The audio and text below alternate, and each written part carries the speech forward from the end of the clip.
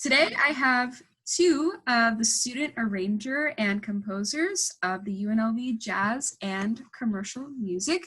It's a new CD, Dorian Dream. We have Jorge Machain and Patrick Hogan, both downbeat award-winning composers. So welcome to the interview. And we also have Dave Loeb, the head of our department. Tell us about yourself and about the Jazz and Commercial Music department. Thanks, Amy. It's a pleasure to be here. I have worked in the professional music world for a long time. I took the job here, though, at UNLV 19 years ago as Director of Jazz Studies. A few years ago, we changed the name of the degree to Jazz and Commercial Music to reflect really the goals of our faculty and trying to help our students assimilate into the professional music world. Most of the faculty, myself, Dave Loeb, Adam Schroeder, and all our adjunct faculty, many of them come from that world, the music industry, and have been successful in many aspects and are very eclectic in nature, although we, of course, we embrace jazz, which is our American music, and classical music, and all musics, but we look at all of them as viable art forms, and we try to encourage our students to really dig in and immerse themselves in all musics and be prepared for the contemporary music industry. I could go on for days and days, but I am incredibly proud of all of you, all the students, and your accomplishments. We're so proud and humbled that since I've been here, we started entering the Downbeat Student Music Award competitions in 2010, and since then, all of you, our students, have earned 24 international recognitions, and these are considered among the highest recognitions in jazz worldwide. Many of the great artists living today started their careers from those recognitions, and both of these gentlemen here have received multiple awards in that category. Thank you. You talked about the Monterey Next Generation Jazz Festival and the Downbeat Awards. These festivals, the repertoire that we chose for these festivals and awards, they were heavily influenced by student compositions, or most of them were compositions by students and alumni. So how has that influenced the direction of this ensemble in producing Dorian Dream, this album that's just released? Thanks, Amy. Well, we're real proud that almost half of the performances captured on this CD are either arranged or composed by our students. And that's pretty much a trend that we've had for many years, because in our program, all of our professors and all of our faculty strongly promote creativity in the form of original compositions and students from our students.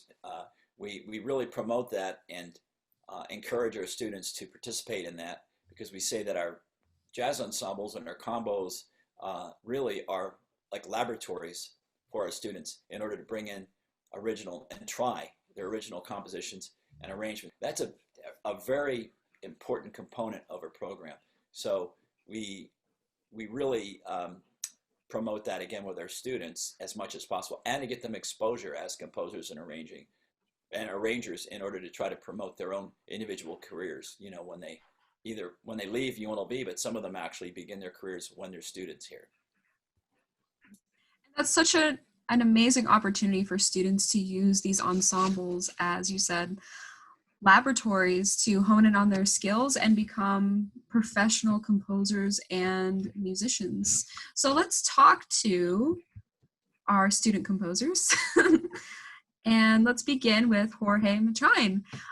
Your tune, Bella's Lullaby, is on Dorian Dream.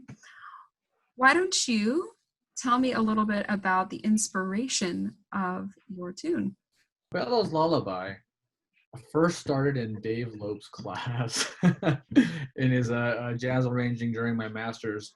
And I believe we had to write a big band chart at the end of the semester. So I wrote this piece. I liked what I did with it, and then I kind of went back to it and revised it. And eventually, I told Dave, "Hey, Dave, it would like could we play this in the big band?" And eventually, we performed it, and then we recorded it. Bella is she's my German Shorthair Pointer dog, and she is just the sweetest thing ever. And and I wanted to write something that I thought could capture that really sweet tenderness, just from what they call a man's best friend. Bella's such a beautiful dog, and she's so tender and sweet that I wanted to write something in a similar fashion. In writing something tender and sweet, what are some compositional techniques that you used? So the first thing would be the tempo, right? Deciding on a tempo. I mean, you wouldn't write something tender or sweet at like really, really fast, But I also didn't want them too slow, like a dirge, right? You don't want to make it too slow because then it sounds like someone's, like something's happening to them. So I had to meet somewhere in the middle. So I made it, just a ballad, probably maybe like quarter note equals 78 or something like that. And the second part of that is your orchestration. So I wanted to to use what I would consider more tender and sweet instrumentations like flutes, clarinets, flugelhorns, trombones, and buckets. Nice brush playing with a lot of cymbal, and a lot of expansiveness in chords. A lot of like tension release notes. Big kind of mountain chords sometimes to really expand that. And then the tender moments, you bring it back together, right? During the actual melody, I think Patrick and I are the ones he's providing the harmonic accompaniment, Right. while I provide the melodic, the melody. And then you come from being this big mountainous kind of lush moment to this really small and tender feel. And then finally you start to introduce some more instruments in that same fashion. And it ends in, it builds into more, a little more grandiose, I guess. Then you solo a little bit with just piano and flugel. Backgrounds come in, one like maybe a section at a time, not so that it's just so bombastic, and then it ends with with kind of a lower, more established chord, with a piano doing a very small arpeggiated fill, and ending on a major chord. Really, that's what I consider to be tender. Yeah. So you are also a fabulous trumpet player, and as well as a composer. I just wanted you to talk about some of the opportunities that you got at UNLV playing and composing that have shaped you to who you are today. I've gotten many opportunities as I progressed in my education and in my playing.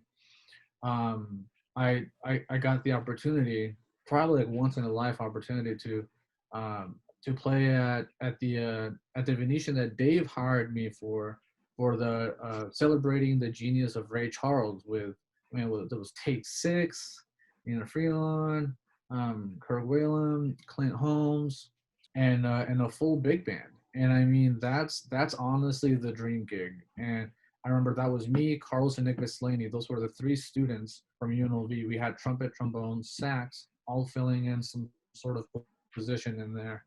And I actually got to talk with Mark Kibble, and he showed me some arranging stuff he was so gracious enough to just give me the time of day to be like, yeah, sure, I'll show you some stuff. So we went over to the piano and he started playing some of the voicings that he uses with Take Six, and that's translating now into my own writing. He's like, I use a lot of very similar big band voicings, and I'm like, very interesting. So I start to kind of check out more of big band playing. Finally, and the most recent gig that I did have for them was when a showstopper was when I was subbing for Gary Cordell, and who's a trumpet player here in town, and Tommy Parola, who's a legend here in town, one of the legends in lead playing and honestly trumpet playing in general. I got to sub for them at showstoppers, and I've had the opportunity to do a lot of copy work as well. I wrote one little thing for the Santa Fe Fat City Horns, and they were so gracious enough to play it. And then finally, with big band playing, it's like Dave was saying, that I kind of use the big band as my own lab band. Yeah. As selfish as that sounds, I mean, I'm studying with Nathan Tanoa, who's played with Celine Dion and all these guys, and his writing chops are just absolutely just insane. That I fed a lot of his ideas into my own writing, and then I tried them out with the big band, and I've been so fortunate enough to have it recorded and performed both in the Monterey Jazz Festival and in other institutions as well. And you've gotten a lot of opportunities after college as well from the skills that you learned at UNLV.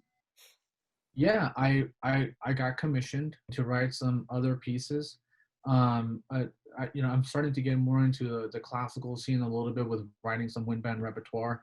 I've had a couple of commissions to write for wind band, and I'm still writing, a lot of jazz music here and there, more video now, with some video editing and some audio. So I've been doing some home recording myself, and it's exposed me to I think a world I wouldn't have seen as soon as I had I not been presented with the opportunities at UNLV. Thank you so much, Jorge. Let's move on to Patrick Hogan, another student performer and composer arranger. You composed San Carlos on Dorian Dream. So I want you to talk about some of your influences and compositional techniques for that tune.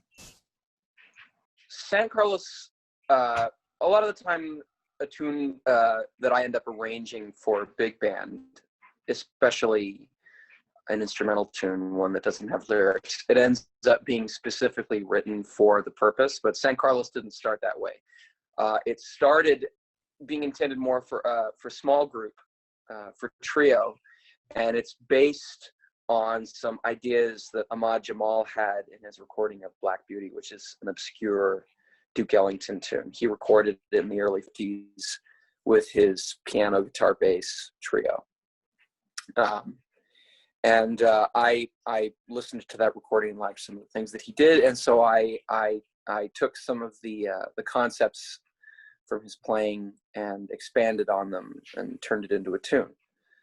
And then there came a point where Dave wanted to do a piano feature, and I was thinking of bringing in a new chart anyway.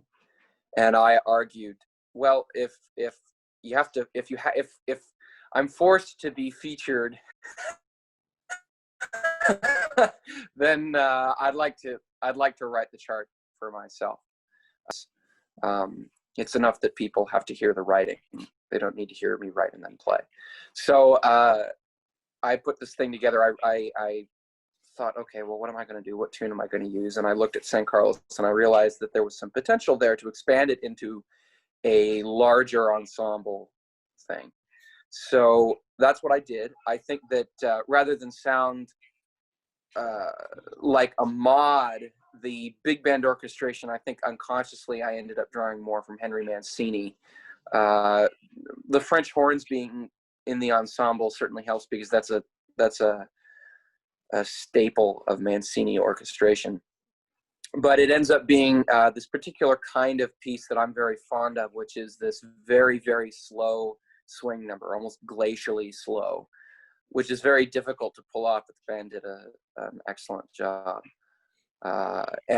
It's definitely a piano feature. There's long stretches where it's just piano and rhythm section, but I try to, on piano features and things like that, I try to work in the band as much as possible so that it doesn't feel too self-congratulatory.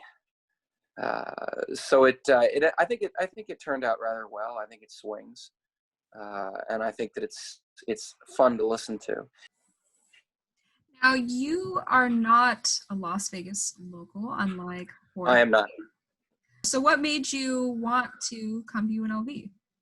So I came out to Las Vegas for the first time January 2017. I really dug the school. I really dug the city, which is important to me. I think that you should be both fond of the school and the opportunities that it affords, and the city and the opportunities which it affords.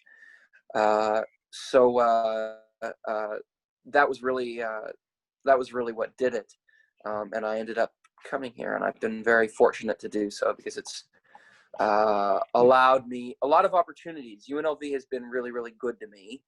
I've learned more than I could say about writing, composing, and arranging here, and the opportunity.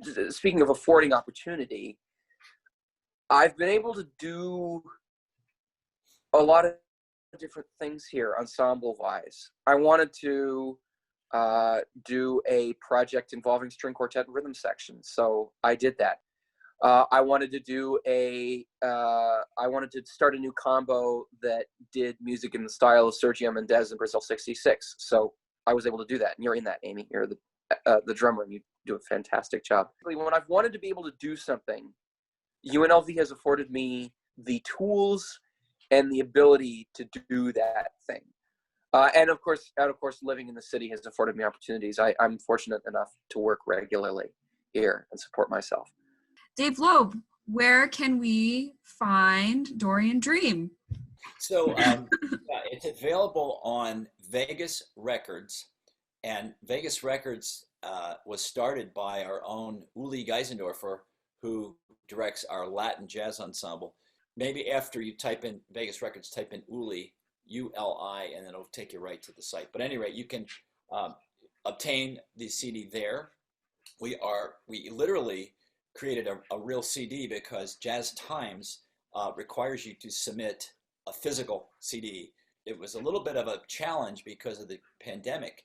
Usually we record the entire academic year. Well, the pandemic shutdown occurred in March, and what we had to do was take all the recordings that we had finished by that time. When I say finished, they weren't even mixed.